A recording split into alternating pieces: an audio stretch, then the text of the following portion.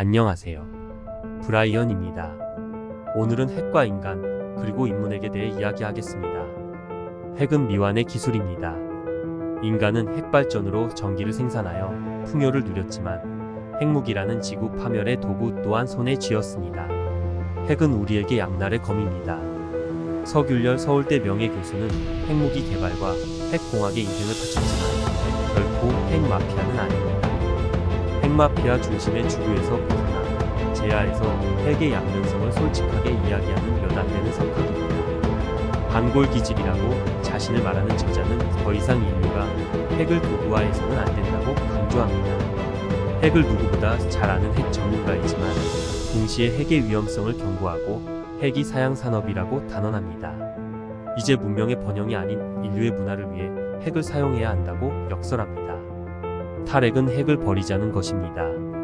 자동차로 치면 폐차하자는 말입니다. 하지만 자동차도 아직 주행거리가 충분하다면 부품을 교체해서 쓸 때까지 써도 됩니다. 다만 사고가 나지 않게 철저하게 점검하고 안전하게 사용한다는 조건에서 말입니다. 서균열 교수가 말하는 안핵이 바로 이것입니다. 핵을 사용하되 안전하게 사용하자는 것입니다. 당장은 원전이나 신재생에너지나 두루 사용하는 게 좋습니다. 최소한 탄소 중립이 실현될 때까지는 화석 연료를 줄이면서 원자력과 신재생에너지를 균형 있게 사용해야 합니다. 어느 한쪽만의 장점을 일방적으로 지지할 때 문제가 생깁니다. 칼 세이건은 저서 코스모스에서 다음과 같이 말했습니다. 우리는 별의 후손이다. 지금 우리 몸을 이루는 물질들은 과거의 흙이며 먼지였습니다.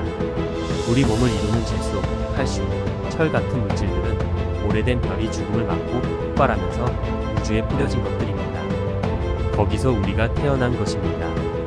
우리는 그저 거대한 우주의 일부로서 존재할 뿐인 것이죠. 불교에서는 일찌감치 이러한 삶의 원리이자 우주의 질서를 통찰하고 있었습니다. 세상 모든 것이 인연에 의해 생겨났으며 고정불변하는 실체가 없다는 공사상이 그렇습니다. 불교의 눈으로 보면 인간의 삶은 유한할 뿐입니다. 하지만 인간은 다른 형태, 다른 방식으로 영속합니다. 그게 우주입니다. 세상 모든 것이 태어나고 소멸하지만 핵은 영원합니다. 우주가 탄생했을 때나 지금이나 여전히 핵은 핵입니다. 별의 먼지였다가 셀 수 없이 많은 우연을 거쳐 나라는 생명으로 태어났으며 늘 생각하고 고로 존재합니다. 인간은 우연한 핵의 결집으로 잉태되고 성장하고 노쇠합니다. 모두가 늙고 병들고 죽음에 이릅니다. 이렇게 세상은 핵과 함께 윤회합니다. 핵을 알면 알수록 철학에 가까워질 수밖에 없습니다. 이제 핵은 사양길에 접어들었습니다. 핵으로 전기를 만들어 풍요를 추구하던 시대는 가고 있습니다. 핵은 미완의 기술입니다. 핵을 만들어냈지만 보관하고 담아낼 그릇은 지금까지 구하지 못했으니까요. 스리마일, 체르노빌, 후쿠시마 핵발전소의 사고에서 보듯 핵은 안전하지 않습니다. 방사성 핵 폐기물은 수십만 년 동안 사라지지 않습니다. 우리는 핵발전으로 많은 혜택을 누리고 있지만 미래 후손들에게 엄청난 빚을 지고 있는 셈입니다.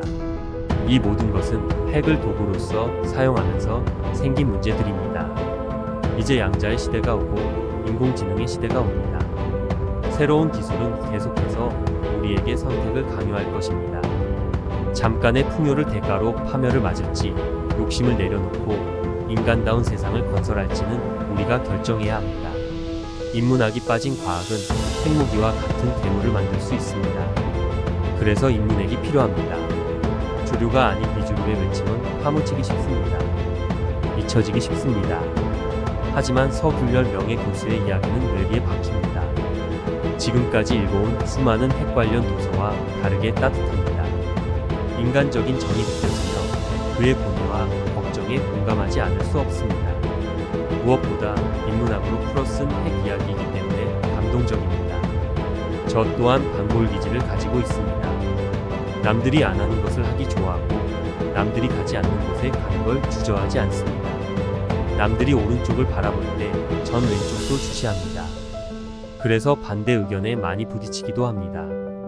하지만 꾸준히 본질을 이야기하고 진실을 이야기하기 때문에 결국은 제 주장이 받아들여집니다. 서균열 명예교수는 핵공학자이면서 핵을 도구가 아닌 철학으로 이해하고 설명하는 사람입니다. 남과 다른 관점으로 핵을 이야기하니 주류로 대접받지 못했습니다. 그래서 전 더 공감이 갑니다. 단어와 문단을 통해 그의 진심 어린 호소가 가슴에 남습니다. 그의 인문학이 핵을 바라보는 우리 모두의 관점을 바꿔주길 기대합니다.